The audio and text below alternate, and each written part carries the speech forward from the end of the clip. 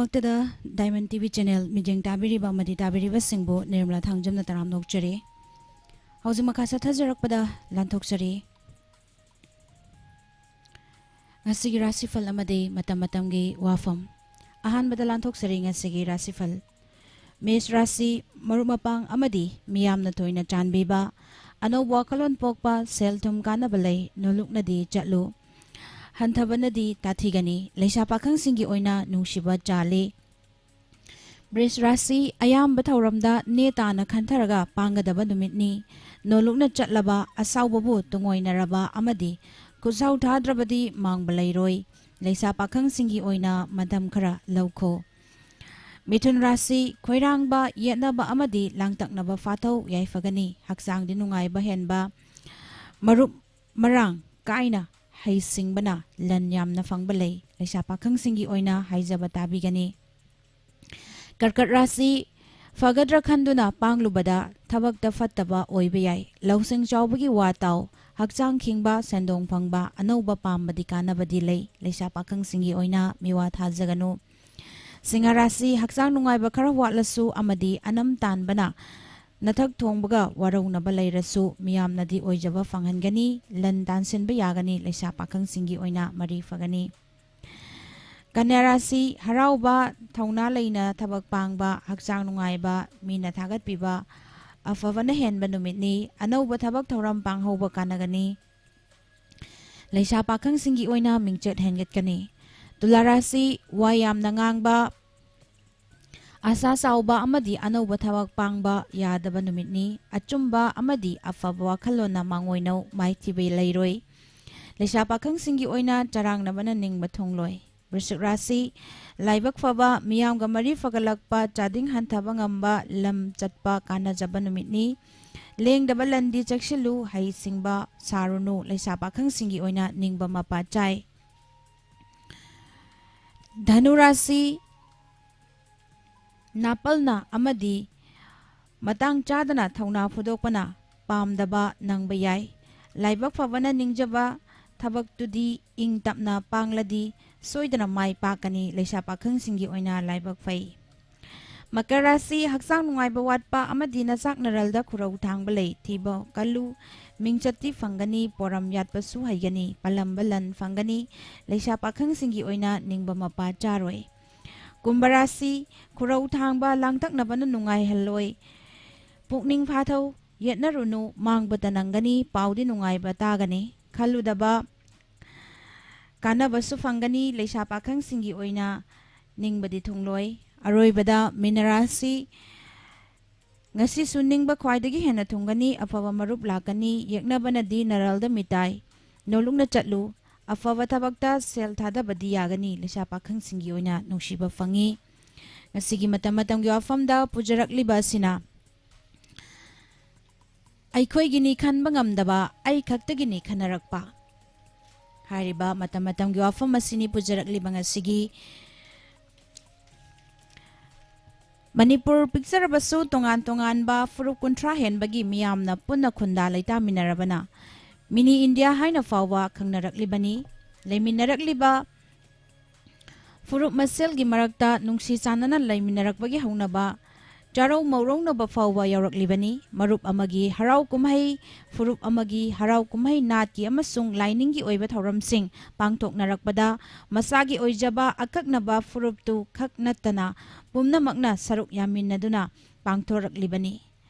मरुप कयागी मियोइसिंगना पुन्ना लेमिनरकपगी मित्तो इतोप तोपा फजबा मसक अमसु लेजरकलिबनी अदुबु लाइबक थिबा हाइगद्रा फुरुप सिंग असigi manungda wakhal pikpa yaurappanani haigedra aikhoi gini haina apunbagi wakhal khanba ngamjadaba aikhoi khaktagini haina khanduna masina mangjil tharakpa hek hek yaurai masigumba matamda furup maselgi marakta nungsinadabagi ihul tamlai aikhoi tokhai tanabagi singsep tharai amaga amaga punsinaduna amata oiminahanba macha kaya ma sagatnarai thoganinगदबा थौदो कया थोगहलई मणिपुरगी तोंगान तोंगानबा मसु कया लैतेंगलबा फजरबा माइथोंगदा हामुक तैसनबगुम थोगहली अदुबु मसी पुमनमक करिदगी ꯑꯣꯏꯔꯛꯄꯅꯣ ꯊꯣꯔꯛꯄꯅꯣ ꯍꯥꯏꯕꯒꯤꯗꯤ ꯆꯞ ꯆꯥꯕ ꯃꯔꯝꯁꯤꯡ ꯂꯩꯒꯅꯤ ꯃꯔꯝ ꯂꯩꯇꯅꯗꯤ ꯄꯨꯟꯃꯤꯟꯅꯔꯝꯕꯗꯒꯤ ꯇꯣꯉꯥꯟ ꯇꯥꯅꯔꯛꯄ ꯅꯥꯏꯇꯣꯝ ꯆꯣꯡꯊꯣꯔꯛꯄꯒꯤ ꯈꯣꯡꯊꯥꯡꯁꯤ ꯊꯣꯛꯂꯛꯏ ꯑꯗꯨꯕꯨ ꯃꯔꯝꯁꯤꯡ ꯑꯗꯨ ꯑꯩꯈꯣꯏ ꯇꯣꯈꯥꯏ ꯇꯥꯕꯒꯤ ꯈꯣꯡꯐꯝꯗ ꯂꯦꯞꯂꯛꯂꯤꯕ ꯑꯀꯛꯅꯕ ꯐꯨꯔꯨꯞꯁꯤꯡꯗꯨꯅꯁꯨ ꯃꯁꯥꯅ ꯈꯪꯖꯩ ꯑꯇꯣꯞꯄ ꯐꯨꯔꯨꯞꯁꯤꯡꯅꯁꯨ ꯁꯤꯠ ꯅꯥꯟꯅ ꯈꯪꯉꯤ ꯃꯁꯤ ꯈꯪꯗꯕꯒꯤꯅꯤ ꯐꯨꯔꯨꯞ ꯑꯃ ꯑꯅꯤꯅ ꯋꯥꯀꯥꯏ ꯉꯥꯡꯂꯛꯄ ꯐꯔꯛ ꯇꯧꯔꯛꯄꯗ ꯑꯇꯣꯞꯄ ꯐꯨꯔꯨꯞꯁꯤꯡꯅ ꯍꯦꯛ ꯍꯦꯛ ꯊꯦꯝꯖꯤꯟ ꯈꯥꯝꯖꯤꯟꯕꯒꯤ ꯊꯕꯛꯁꯤꯡ ꯇꯧꯗꯨꯅ ꯂꯥꯛꯂꯤꯕꯅꯤ ꯃꯔꯝꯁꯤꯡ ꯑꯁꯤꯅ ꯐꯨꯔꯨꯞꯁꯤꯡꯒꯤ ꯃꯔꯛꯇ ꯑꯩꯈꯣꯏꯒꯤꯅꯤ ꯍꯥꯏꯕ ꯋꯥꯈꯜꯂꯣꯟꯒꯤ ꯅꯥꯟꯊꯣꯛꯆꯕ ꯉꯝꯂꯛꯇꯨꯅ ꯑꯩꯈꯣꯏ ꯈꯛꯇꯒꯤꯅꯤ ꯍꯥꯏꯕꯁꯤꯅ ꯃꯥꯡ ꯊꯥꯗꯨꯅ ꯃꯆꯦꯠ ꯇꯥꯅꯕꯒꯤ ꯂꯝꯕꯤꯗ ꯆꯪꯁꯤꯜꯂꯛꯂꯤꯕꯁꯤꯡ ꯌꯥꯝꯅ ꯃꯨꯟꯅ ꯈꯪꯒꯗꯕꯅꯤ ꯄꯤꯛꯂꯕꯁꯨ ꯃꯅꯤꯄꯨꯔꯒꯤ ꯆꯍꯤ 4,000ꯔꯣꯝꯒꯤ ꯃꯃꯥꯡꯗꯒꯤ ꯍꯧꯔꯗꯨꯅ ꯁ꯭ꯇꯦꯠꯁꯤꯒꯤ ꯄꯨꯋꯥꯔꯤ ꯂꯩꯖꯔꯛꯏ ꯄꯨꯋꯥꯔꯤꯒꯤ ꯂꯩꯃꯥꯏꯁꯤꯡꯗ ꯐꯨꯔꯨꯞ ꯄꯨꯝꯅꯃꯛꯀꯤ ꯍꯧꯔꯛꯐꯝ ꯌꯥꯎꯅ ꯃꯇꯧ ꯀꯔꯝꯅ ꯅꯨꯡꯁꯤ ꯆꯥꯟꯅꯅ ꯑꯃꯠꯇ ꯑꯣꯏꯅ ꯍꯤꯡꯃꯤꯟꯅꯔꯛꯈꯤꯕꯅꯣ ꯍꯥꯏꯕꯕꯨ ꯃꯌꯦꯛ ꯁꯦꯡꯅ ꯌꯥꯎꯔꯤ ꯄꯨꯋꯥꯔꯤꯒꯤ ꯇꯥꯡꯀꯛ ꯑꯃꯕꯨ ꯐꯨꯔꯨꯞ ꯃꯌꯥꯝꯁꯤꯒꯤ ꯃꯔꯛꯇꯒꯤ ꯑꯃꯅ ꯍꯦꯛꯇꯃꯛ ꯍꯣꯝꯗꯨꯅ ꯄꯨꯕ ꯌꯥꯔꯣꯏ ꯑꯣꯏꯊꯣꯛꯂꯣꯏ ꯁꯦꯝꯗꯣꯛ ꯁꯥꯗꯣꯛꯄꯁꯨ ꯌꯥꯔꯣꯏ ꯂꯥꯟꯅ ꯋꯥꯍꯟꯊꯣꯛ ꯄꯤꯕꯁꯨ ꯅꯠꯇꯤꯛ ꯅꯠꯇꯦ ꯍꯥꯏꯕꯁꯤꯅꯤ ꯃꯅꯤꯄꯨꯔ ꯌꯥꯝꯅ ꯄꯤꯛꯏ ꯑꯃꯅ ꯑꯃꯕꯨ ꯀꯔꯤꯅꯣ ꯀꯅꯥꯅꯣ ꯍꯥꯏꯕꯗꯨꯁꯨ ꯌꯥꯝꯅ ꯈꯪꯅꯕꯅꯤ ꯃꯔꯝ ꯄꯨꯝꯅꯃꯛ ꯑꯁꯤꯅ ꯑꯄꯨꯟꯕꯒꯤ ꯁꯛꯇꯝ ꯊꯨꯒꯥꯏꯅꯕ ꯍꯣꯠꯅꯔꯛꯄꯁꯤꯡꯗꯤ ꯃꯈꯣꯏ ꯃꯁꯥ ꯇꯣꯉꯥꯟ ꯇꯥꯖꯔꯛꯄꯒ ꯂꯣꯏꯅꯅ ꯃꯤꯌꯥꯝ ꯃꯔꯛꯇꯒꯤ ꯇꯞꯅ ꯇꯞꯅ ꯃꯥꯡꯈꯤꯒꯅꯤ ꯍꯥꯏꯕꯁꯤ ꯀꯥꯎꯊꯣꯛꯇꯕ ꯐꯩ ꯄꯤꯛꯂꯕ ꯃꯅꯤꯄꯨꯔ ꯊꯦꯡꯈꯥꯡ ꯑꯅꯤꯔꯛꯇ ꯃꯤꯈꯥ ꯄꯣꯜꯂꯨꯔꯕꯅꯤ ꯑꯗꯨꯕꯨ ꯃꯃꯥ ꯂꯩꯕꯥꯛ ꯃꯅꯤꯄꯨꯔꯕꯨ ꯅꯨꯡꯁꯤꯖꯕ ꯑꯊꯧꯕ ꯏꯄꯥ ꯏꯄꯨꯁꯤꯡꯅ ꯊꯋꯥꯏ ꯊꯥꯗꯣꯛꯄ ꯐꯥꯎꯕ ꯄꯥꯝꯃꯨꯗꯅ ꯁ꯭ꯇꯦꯠꯁꯤꯒꯤ ꯅꯤꯡꯇꯝꯕ ꯉꯥꯛꯂꯛꯈꯤꯕꯗꯨ ꯍꯧꯖꯤꯛꯇꯗ ꯑꯀꯦꯝ ꯐꯠꯇ ꯑꯄꯤꯛꯄ ꯐꯨꯔꯨꯞ ꯑꯃ ꯑꯅꯤꯅ ꯁꯔꯨꯛ ꯃꯆꯦꯠ ꯍꯣꯝꯂꯦꯟ ꯇꯥꯜꯂꯛꯄꯒꯤ ꯅꯠꯇꯦ ꯍꯥꯏꯕꯁꯤꯃꯁꯨ ꯌꯥꯝꯅ ꯃꯨꯟꯅ ꯈꯪꯖꯤꯜꯂꯨ ꯃꯔꯝ ꯑꯁꯤꯅ ꯃꯆꯦꯠ ꯇꯥꯕ ꯇꯣꯈꯥꯏꯅꯕꯒꯤ ꯋꯥꯈꯜ ꯂꯥꯟꯅ ꯈꯜꯂꯝꯕꯗꯨꯁꯨ ꯊꯥꯗꯣꯛꯎ ꯃꯁꯥꯒꯤ ꯃꯔꯝꯗꯝꯗ ꯅꯁꯥꯒꯤ ꯆꯥꯛꯊꯨꯡ ꯇꯣꯉꯥꯟꯅ ꯄꯤꯌꯨ ꯍꯥꯏꯔꯛꯄꯗꯨꯗꯤ ꯌꯨꯝꯂꯣꯟꯅꯔꯤꯕ ꯂꯩꯕꯥꯛꯁꯤꯡꯒꯤ ꯃꯃꯥꯡꯗ ꯏꯀꯥꯏ ꯐꯥꯎꯏ ꯃꯔꯝ ꯄꯨꯝꯅꯃꯛꯇ ꯑꯃꯠꯇ ꯑꯣꯏꯕꯒꯤ ꯑꯄꯨꯟꯕꯒꯤ ꯋꯥꯈꯜ ꯈꯜꯂꯨ ꯅꯨꯡꯁꯤ ꯆꯥꯟꯅꯅ ꯍꯔꯥꯎ ꯍꯔꯥꯎ ꯃꯍꯧꯁꯥꯗꯧꯅ ꯍꯤꯡꯃꯤꯟꯅꯁꯤ ꯇꯔꯥꯒꯤ ꯆꯩꯁꯨꯅ ꯂꯦꯡꯊꯣꯡ ꯐꯥꯏ ꯍꯥꯏꯕꯗꯨ ꯑꯃꯨꯛꯀꯁꯨ ꯍꯟꯅ ꯃꯁꯤꯒꯤ ꯋꯥꯍꯟꯊꯣꯛ ꯈꯪꯅꯅꯕ ꯍꯣꯠꯅꯧ ꯃꯁꯤꯅꯤ ꯄꯨꯖꯔꯛꯂꯤꯕ ꯃꯇꯝꯒꯤ ꯋꯥꯐꯝ ꯃꯈꯥ ꯇꯥꯔꯛꯄ ꯊꯧꯔꯝꯗ ꯊꯝꯖꯔꯤ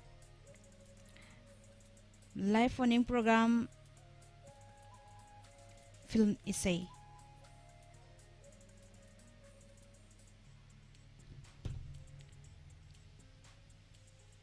लाइव फोन-इन प्रोग्राम अखोई पांबा इसे खनबगी थौरम थमजरी पुमनमकपु अमुका हना निर्मला थांजमना खुरुमजरी